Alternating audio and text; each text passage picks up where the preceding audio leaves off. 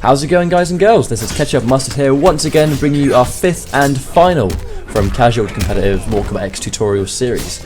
This video is going to focus entirely on blocking correctly and defending yourself against all kinds of attacks. There are loads of different ways that you can defend beyond things like just 50-50 mix-ups with things like overheads and lows, things like tip throws, etc. We're going to focus on every different area you can defend, and let's waste no time, as usual, get stuck into our first piece, which is the 50-50 overhead low game.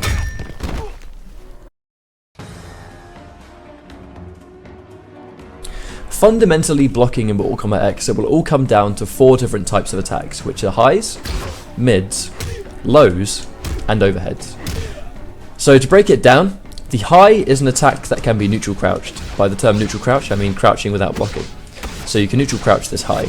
The mid is an attack that cannot be neutral crouched and will hit you anyway, even though it looks like it could potentially be a high. A low is an attack that must be blocked crouching. If he throws in a low and I'm blocking high, I'll get hit, so I must block it low. And that's where the overhead comes into play. An overhead is an attack that cannot be blocked low and must be blocked standing up. So when it comes to these 4 different types of attacks, you are likely to see the mid, the low, and the overhead used more. The mid will be used to keep pressure going, as you cannot neutral crouch, normally ending in 0. As you can see, that string with Ermac does actually 0 on block and is in a neutral state. The low is something he will check if he thinks you're going to be blocking high, and vice versa, the overhead is something the opponent will draw out if he thinks you're blocking low too much.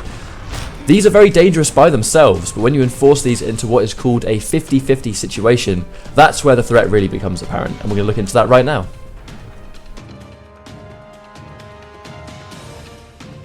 So I've used Master of Souls Ermac specifically for this example, but what a vortex is when a character has a low option, such as Ermac's back 3, an overhead option, as like his forward 4, they can turn into a combo to leave the opponent standing in place, so they are forced to take the guess once again. As I've said before, this low and the overhead cannot be reacted to, they are too fast. It is a complete guess which one you're going to go for in the opponent's face. And either low or overhead can go into this combo, the teleport, down 1 soul ball, to back 1-2 for the restand, and then here he is having to guess again. The low gets it, and so does the overhead. So if I go back 1-2 once again, here he is again. So 23%, 21%, I could loop this as much as I want, as long as he doesn't block correctly. So here's a realistic situation if Ermac manages to land his Vortex on you, which is why it's so important to know how to defend against it. Let's say he gets a jumping punch into a full launcher. Then he's standing, back 1-2, low teleport, down 1 into meter burn just because my soul ball hasn't recharged yet, and then I go to soul ball again, then I get him, and then I get the overhead this time, and so on and so forth. I get the neutral jump punch into restand because the soul balls come back, and that is practically death off of 1 touch.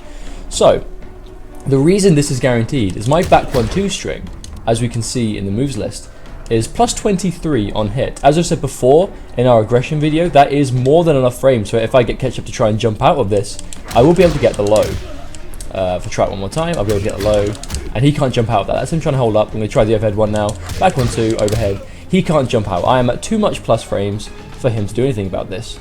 So why we put this in our defending video? Because it's all about being able to read correctly. As you can see, my back 3 has quite limited range. My forward 4 does go significantly further. So as you can see, my forward 4 is about, this sort of sweep range. My back 3 from this range will not connect. So from this range, Ketchup is going to have to block overhead. And if I want to get the Vortex off this, I have to dial into the teleport, which is unsafe on block. So from this range, Ketchup's going to be blocking high because he knows the low won't reach. So if I go for the Vortex here and I go for the teleport, he's obviously going to block it, and then he gets his free punish. It's point blank where it becomes a threat, but that is where, you've obviously got your armor.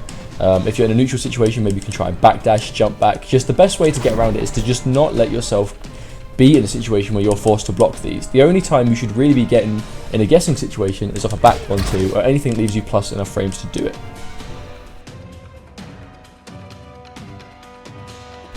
This leads us into our next point, which is going to be blocking and punishing. When you're on the defensive, you have to be looking for moves that the opponent will chuck out that you can then punish them for doing. For example, Outlaw Aaron Black.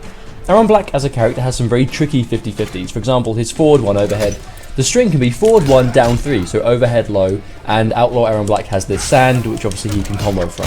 The reason this is so, I guess, annoying is the forward 1, down 3 is overhead low, so you have to block high, then low. Because if you just block high, expecting the overhead, you're going to get hit by the low, and then you get hit by the sand anyway.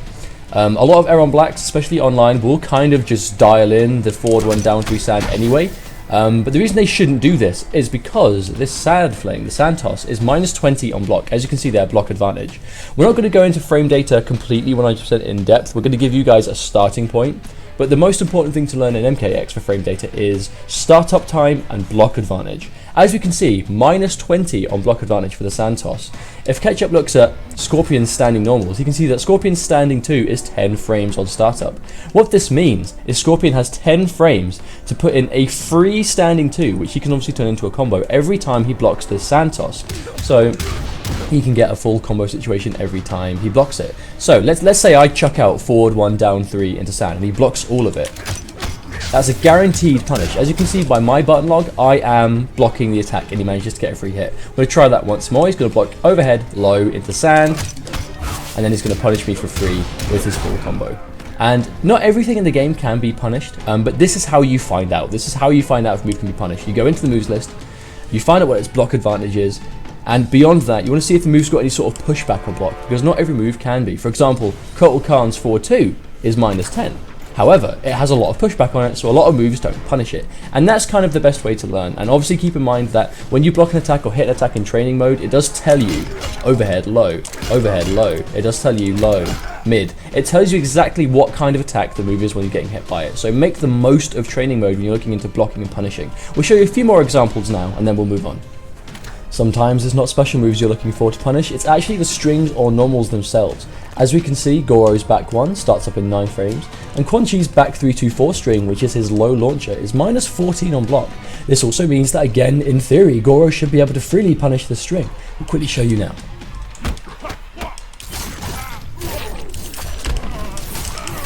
And as you can see, that's a guaranteed punish every time Quan Chi decides to finish that low string. Other characters have similar things. Again, Quan's back 2 is a similar punish, but just look into the moves list of your characters, try and find what your fastest startup normal is, what you can turn it into combo wise, and more importantly, what the block advantage is on your attack that you're trying to punish. Another area of defense is the reversal. A reversal in Mortal Kombat X is only ever really done using a meter burn move for the armored properties. As wake up attack invincibility is no longer apparent in Mortal Kombat X, it mainly will come from armor. In a reversal situation, doing a reversal normally involves if you think the opponent's going to press a button. This is not quite counter poking, this is being put in some sort of slightly minus or neutral situation, then armoring through if you think the opponent's going to press a button. So for example, Quan Chi's 4-2-1-2 is -1, but it's basically 0. And it means that after the 4-2-1-2, we are neutral. Either one of us can press a button at pretty much the same time. If Goro's going to do a reversal in that situation, he's going to use his meter burn punch walk if he thinks I'm going to press a button. So I'm going to do a down 1 after that, and then it gets completely chewed up by his meter burn punch walk. This is considered a reversal in the game, and this is simply put just armoring through a situation where you think the opponent's going to press a button when you are on the defense. Another way to defend yourself in this game is if you have an armored reversal. As you can see, Kung Lao has a meter burn spin which has an armored hit. We've gone over armor before, you guys know what it is by now. Some strings in the game can actually be armored through. This is only specific strings in the game, it's all about learning, but that string launches on hit, gives Ermac a full combo into Vortex as we just explained. However, if you block the first 2 hits, you can actually armor the 3rd hit. So if you block the first 2 hits and then try to do your reversal, you can actually armor the string. And obviously as Tempest Kung Lao, that will be a full combo. Any character with an armored reversal that is fast enough can do this. So you can block the string, and then on the string area you know you can interrupt, you interrupt it with a meter burn reversal. This obviously will cost your bar for the meter burn, but the price of actually interrupting the hit and putting the fear into the opponent for actually doing that string is more than worth it, just to get that armor.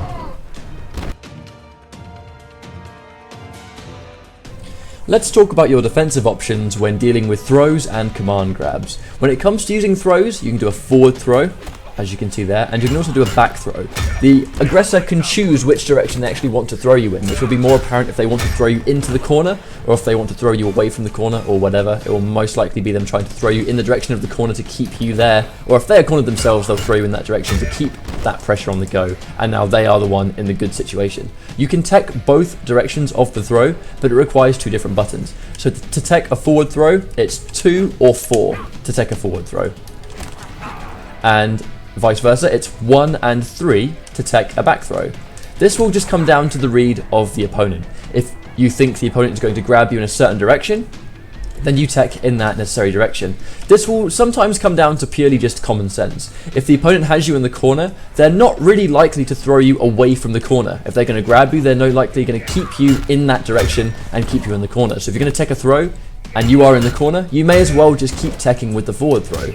And then that's generally going to be a smarter way to go. Mid-screen, it will be a complete 50-50 which direction the opponent wants to throw you in. And that's a complete read on your part. But both throws can be thrown and teched. It just comes down to what direction you think they're going to throw you in. So let's talk about tick throws for a second. Tick throwing can be done with special moves that are command grabs. For example, Commando Kano has down forward back 4 and down back forward 4, which are two different individual grabs that cannot be teched. That's the point of command grabs in Mortal Kombat. They cannot be teched at all by conventional means. This also means you can tick throw them. Tick throwing is when you do a normal special cancelled into a grab on block. Not every move will tick throw, obviously it depends on the block stun, depends on the block advantage. However, for Commando Kano you can do down 1, down back forward 4, you can do down 4, down back forward 4, you can even do forward 3-3, down back forward 4, second hit being a low, so you want them to block. The whole point is you're trying to force your opponent to block to hit these throws. For example, if I hit a standing 1-1, and I don't finish the string, he might be waiting for me to finish it, and then obviously I can get a down 1 on block into the throw anyway. So what are your options when you're defending against tick throws? You cannot armor between, you can however jump. So if you think I'm going to do a special move on block after a down 1, you can hold up. And for example, if I do it now, he will get out of it for that. And I will actually be punishable. So it's all done on a complete hard read. However, if I think you're going to start jumping, then I can do down 1 into choke and catch that instead. And just like that you'll see. So again, it all comes down to reads, but that's kind of what command throw characters really do. It's all a read, it's all about just trying to get those grabs. Because as you can see, the grabs, especially with Commando Kano, 17% damage meterless by itself. So if you're tick throwing into that every time, then you're adding practically 20% of damage onto every touch you get a neutral situation. This is our final point of the video, the art of anti-air and knocking the opponent out of the air on reaction. A very important part of any 2D fighting game, like so. The opponent's going to jump in and do loads of damage if they get a full jump in, as you can see here. Quan Chi gets no exception. This dude's going to get massive meterless damage. He's got a vortex of his own in the meter burn portal stab in Warlock, and this leads into big damage situations that you don't want to take. So if the opponent's going to try and jump in at you, most opponents and characters that are down 2 will be a really, really good anti-air. The way this works is, you see the opponent jump in, and on reaction, knock them out of the air. So if I were to jump in on Shinnok now, and he's ready for the jump, he'll anti-air me on reaction. I take 14% damage, guaranteed. There's nothing I can do there. He has reacted to the jump and knocked me out. Quan Chi's down 2 is just as good. If I see Shinnok jump, bam, there's my anti-air uppercut as well. Sometimes special moves will anti-air if they have armor, like Kung Lao's spin, or sometimes normals will anti-air. So Quan Chi's back 1 works for anti-air, his down 3 worked for anti-air, and so does his standing 1. It's different depending on the hitbox of the jump. As you can see, just Quan Chi and Shinnok alone have different animations on their jumping punches, which means that you must anti-air slightly differently. Normally Quan Chi standing 1 works as a great anti-air, but against Shinnok, it doesn't work as good. You trade or get beat clean. However, against Shinnok, Quan Chi's back 1 also works for a nice anti-air when timed correctly. If you time it late, you might eat the jump in. You have to be ready for the jump. And there's the back 1, and then you can anti-air it with whatever you want. And that is that. This is the end of our From Casual to Competitive tutorial series. This concludes episode 5. I really hope we've managed to help some of you guys out there really bridge the gap between being a casual player and maybe going into something a little bit more competitive now, even if that's just ranked matches, even if that's just playing with your friends at a slightly higher level, or even those of you that will now take the plunge into actual entering tournaments and competitive matches. So thank you so much for sticking with us. I hope you all enjoyed this series.